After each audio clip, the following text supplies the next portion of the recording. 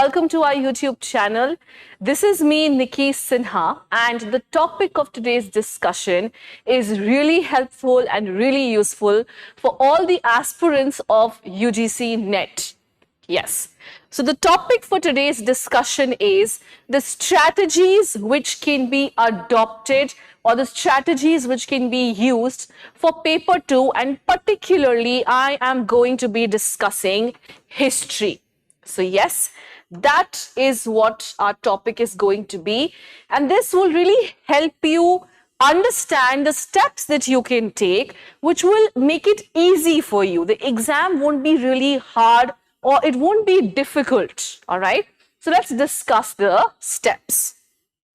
Okay, step 1, understand the syllabus, all right?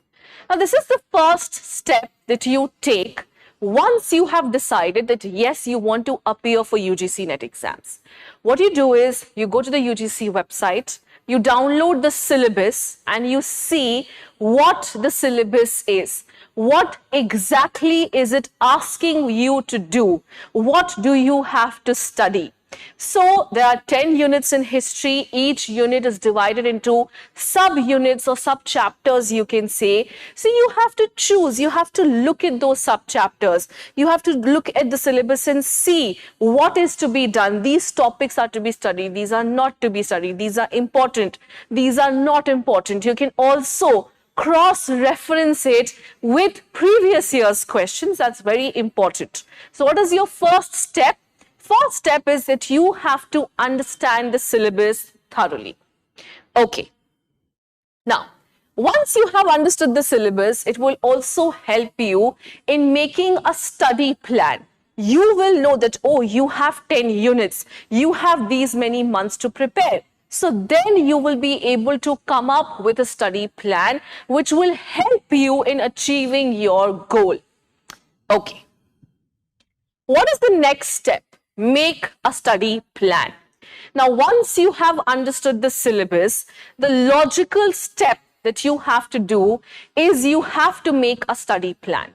Now, once you have seen the syllabus, you will have to identify those areas which you find difficult, right?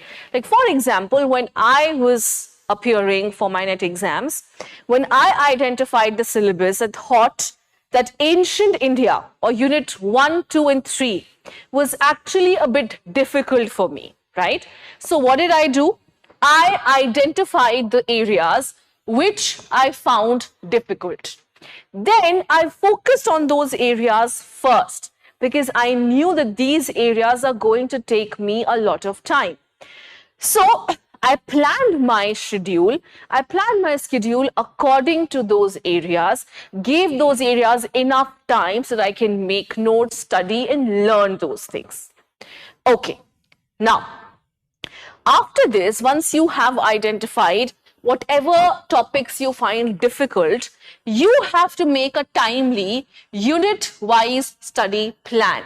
What do you mean by this? So basically, each unit you have to divide. So per se, like for example, unit 1, 2 and 3 I find difficult. So it might take me 2 to 3 weeks to finish this unit, right? So I am going to make a list. I'm going to make a study plan like that. So I am going to see how much time I am going to take for per unit. So unit 1 will take me suppose 1 week or 10 days. Unit 2 will suppose take me 8 days. So like that, you have to make a unit-wise study plan according to your syllabus and according to the portions that you find difficult. Next step. Use standard study material. This actually is very important. Now, if you just search for UGC NET material, you will find plethora of it. You will find plethora of it, but not every material is trustworthy. Not every material is up to the mark. Not every material is according to the syllabus or the revised syllabus, isn't it?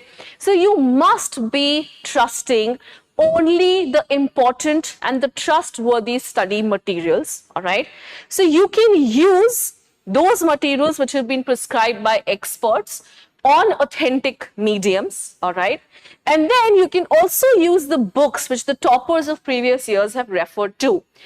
And if you're referring to any secondary sources, particularly for history, if you're referring to any secondary sources, make sure that they are authentic, right?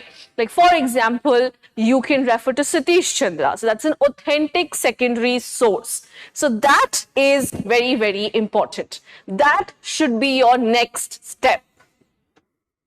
Okay.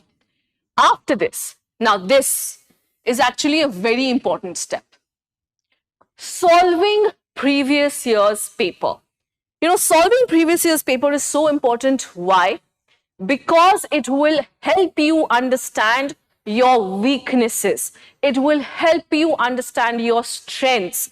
You will know where you're lacking, where you're confident. It will also help you revise the syllabus. You have learnt everything, but now you have to put it to use. So that is a very logical and a best step that you have to take. Once you have completed a chunk of your syllabus, or suppose you are done with 2-3 units, what you can do is you can take previous year's question from that particular unit and you can solve it. This will also help you in managing your time.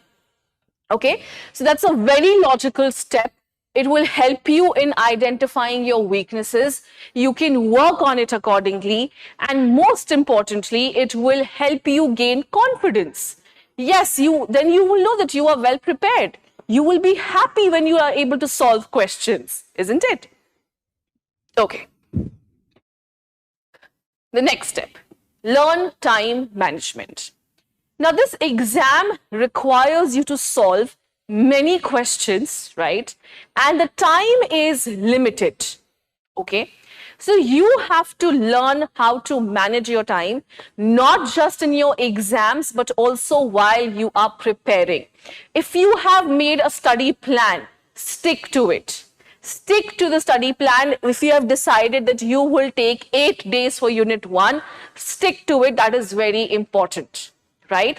And once you have completed all the units and you have started solving questions, remember that the questions have to be solved in a timely manner. Give yourself the exact time which is there for the exams and solve the paper in that exact amount of time. See what mistakes you are doing. So managing your time and learning time management while preparation and in the exam is a very important step. Okay. The last step that you should do, that is your step 6, you should stay updated on current affairs and recent developments. Now, I'm sure you have seen how paper 1 comes. Paper 1 has a huge section where you are asked about static and static in current affairs, right? You will be able to answer those questions only if you're thorough, or only if you're aware about the recent developments which are happening, the recent happenings in the world, only if you watch news or read newspapers. So it's very important that you stay updated on your current affairs. Also, suppose you're opting for paper 2 and your paper 2 is history. Paper 2 can also ask you about certain recent developments which might have taken place in the historical field. Suppose there's a new archaeological research, or suppose there's a new archaeological digging, or something which has happened which has shifted the time period of a certain civilization or of a certain Vedic age, okay? So you should be aware about those things. You should be aware about the recent historical developments which have taken place, okay? So that will really help you in solving paper 1 and paper 2 as well. So these are the tips and tricks which you can use for solving paper 2 history. Now, apart from this, there's certain other things that you should be very careful about. So when you're learning history, remember facts facts are important, okay? So when you're learning history, remember the inscriptions, remember the prashastis, remember the facts, remember the books, remember the dates. These are very important, right? So you should be able to solve the questions very easily if you stick to this regime, if you stick to this timetable, or if you stick to the tips and tricks that I have shared with you. Now, this will be useful for history if you have taken that as your paper too. So that's about it, guys. That's about the video. I really hope that this video was useful for you. I really hope that you were able to understand everything. And most importantly, I really hope it gave you an idea as to how you can start preparing. If you still have questions, if you still have doubts, if you still need clarifications, please feel free to address them in the comment section and we will be more than happy to help you out with it. So this is me, Nikki Sinha, signing off. Till then, please take care.